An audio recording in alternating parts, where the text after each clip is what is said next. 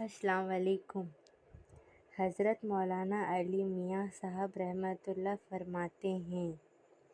مولانا کی زندگی کا اصلی جوہر جان نے ان کو خدمت دین کی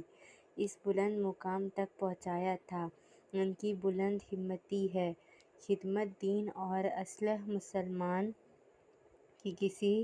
ابتدائی منزل پر مولانا کی بھی تربیت نے قرار نہ پایا جب تک اس کو اصلی منزل نہ مل گئی۔ اس نے کہیں دم نہ لیا اور کہیں آرام نہیں کیا۔ جماعتوں کی نقل و حرکت میں ایسی کتابوں کی ضرورت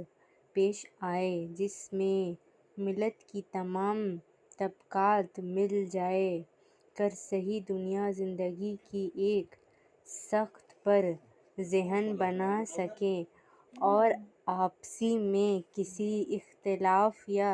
افتراق کا سبب تک نہ آ سکے۔ حضرت شیخ الحدیث مولانا محمد ذاکر صاحب رحمۃ اللہ سے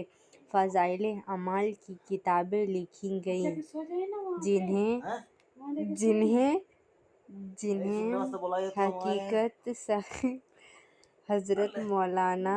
شاہ عبد القدیم صاحب رائے پوری رحمۃ اللہ کے ارشاد پر فضائل قرآن مجید، حضرت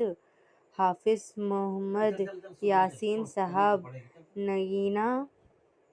رحمۃ اللہ کے ارشاد پر فضائل نماز، فضائل ذکر، فضائل تبلیغ، فضائل رمضان، حضرت مولانا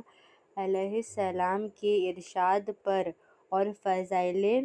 صدقات و فضائل حج وغیرہ حضرت مولانا محمد یوسف صاحب رحمۃ اللہ کی درخواست پر لکھی گئیں اور مسلمانوں کی موجودہ پستی کا واحد علاج مولانا احتسام الحسین صاحب خلیفہ حضرت مولانا محمد صاحب رحمۃ اللہ نے اپنے شیخ و مرشد کی تعلیم حکم میں